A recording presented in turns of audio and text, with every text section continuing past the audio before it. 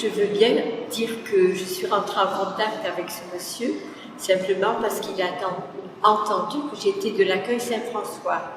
Il a dit, j'ai accompagné mon fils à l'accueil Saint-François, SOS. Alors, la clinique à Haguenau. À la clinique à Haguenau. Alors je lui ai dit, ben, c'est tout à fait à côté. Voilà où nous habitons, des religieuses franciscaines.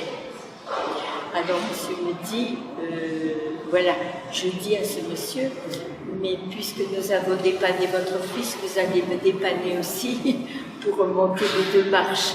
Voilà. L'escalier. L'escalier. Alors ce que je veux dire simplement, c'est que je ne connais pas grand-chose de l'écho de la mission, toujours de la revue, mais je suis venue ici en reconnaissance à tous mes frères et sœurs spiritains, que j'ai connus en Centrafrique, où j'ai travaillé pendant 15 ans. Et en fait, alors, moi j'étais plus jeune et les spiritains, c'était l'ordre religieux où mon oncle était. Il nous racontait quand il rentrait tous les 5 ans, il nous racontait sa mission en fait, et le pays, les gens, l'histoire. Alors c'était une ouverture, c'est vrai, sur le monde. Et je pense que cette ouverture-là, maintenant qu'on en parle, d'avoir entendu parler ça, dans la famille, puis le jour où il a fallu que je fasse mon service militaire, plutôt que d'aller le faire à Beach, au Camp Beach, je me dis ce serait mieux que j'aille faire la coopération. Et je voulais être coopérant. Et puis je ne savais pas trop où ni comment, puisque j'étais d'une formation de menuisier, d'ébéniste, décorateur. Et puis en fait, c'est par hasard, je me promenais dans Paris et je vois une pancarte sur une maison DCC, Délégation catholique pour la coopération, en 1983. Et puis je me dis, tiens, je vais rentrer là-dedans. Et puis je suis rentré dans ce bâtiment, les gens m'ont accueilli. Puis j'ai dit, voilà, je suis étudiant en métier d'art, la ébénisterie. Est-ce que vous cherchez des coopérants? Alors la personne me rit au nez et dit, non, on cherche des professeurs, on cherche des ingénieurs, on cherche de tout sauf des menuisiers. Puis en fait, il y a une autre dame qui dit, mais non, il y a quelqu'un qui est passé, il y a un poste d'ébéniste sur Bangui, en Centrafrique. Et puis elle me donne l'adresse de ce frère, de père qui a déposé la demande, que je suis allé voir et qui m'a pris. Voilà. Et du coup, je suis allé à Bangui faire ma coopération extraordinaire. Et c'est pour ça qu'on parle aujourd'hui de Sango, avec la dame à côté de moi.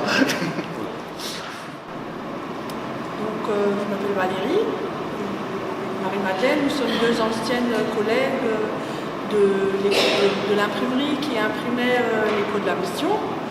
Et on y a travaillé pendant de nombreuses années. En fait, c'est mon père qui était ancien élève de l'école de Neufgrange, qui dirigeait une imprimerie et qui donc a commencé avec le père Court et le père Beaune à s'occuper de l'impression de l'école de la mission. Et donc Madeleine, je vais te laisser la parole pour dire ce que toi tu faisais. Oui, donc moi je faisais ce qu'on appelle la photocomposition. On faisait la mise en page de ce journal, entre autres, parce qu'il y avait Pentecôte, après plus loin il y avait la revue Saint-Alex. Saint-Alex, c'est ça? Joseph d'Alex. Joseph d'Alex, oui. Et donc, un beau souvenir que j'ai, c'est qu'avec son père, qui était donc notre patron, le gérant de l'imprimerie, nous allions de temps à autre à Neufgrange, et que ça m'a permis de voir comment vivaient ces gens là-bas. C'est un monde auquel je n'avais pas accès en temps normal. Et je dois dire qu'il était un peu différent de ce que je m'imaginais. Donc on allait déjeuner, et après, est-ce que c'était avec la cour, je ne sais plus, nous allions faire la petite promenade après le déjeuner, et j'avoue que c'était fort sympathique. Et en ce temps-là, on faisait aussi l'écho de la mission en version allemande. Donc on partait de la version française, et c'est la tante de monsieur, qu'on nommait Marie-Claire Chauvert, une habitante de Maïstal, chez qui j'allais physiquement, qui traduisait l'écho de la mission en allemand, faisait la composition en allemand, elle me le relisait, et ensuite était imprimée la version allemande. dois dire que c'était aussi un très agréable souvenir.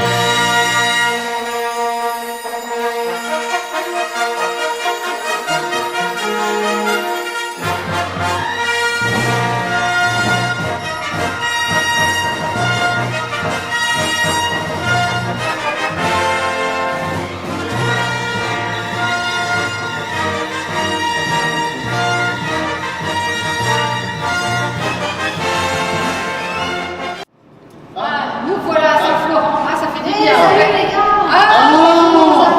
Ça va? Et Check, toi? check. Check, check.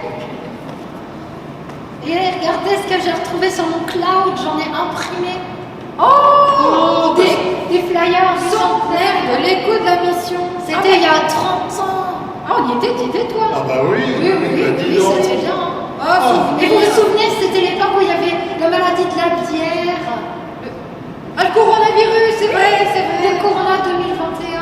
Ah oui, on vivait tous masqués. Ah, je me souviens. Ouais, c'était flippant à l'époque. Et vous vous souvenez, ce jour-là, il n'y avait pas beaucoup de jeunes. Bah, presque pas même, on les cherchait. Par rapport à aujourd'hui, c'est plein. Quand Plein. on va. Maintenant, on fait plus trop de différence, tu sais, parce qu'en fait, on a trouvé une petite pilule. Parce que je pense que je ne serai plus là autrement. Oui, il y a 30 Moi, ans. j'arrive à me traîner, tu vois, je ne bouge pas beaucoup, mais ça va encore. C'est la pilule pour rester jeune. Voilà. 112 ans, on dirait pas. 112 ans. Quand même. Oh là là, c'était un bel événement ça. On Ouais. était tous ensemble. C'était chouette. Hein. Et vous vous souvenez, on faisait encore les messes dans des églises. Ah, les églises pas chauffées, on avait froid, c'est vrai. Oh, on avait froid. Maintenant, heureusement, on est avec nos claviers, par internet. On suit tout, tous les jours, tout le temps connecté. Et puis, alors, ce qu'il y a de bien, c'est que j'essaye de faire un footing le dimanche matin. Et qu'est-ce qu'il y a? Bah, de temps en temps, à certains endroits, il y a le curé qui m'apporte la communion. Ah. Ouais, le curé, bon, disons, ouais, il y a quelqu'un qui m'apporte la communion, parce qu'en fait, les curés, il y a maintenant tout le monde est curé, hein. Tout le monde, hommes, Plutôt femmes. femmes, tout ça. C'est vrai que nous, on avait une femme curée il n'y a pas longtemps, dans notre paroisse.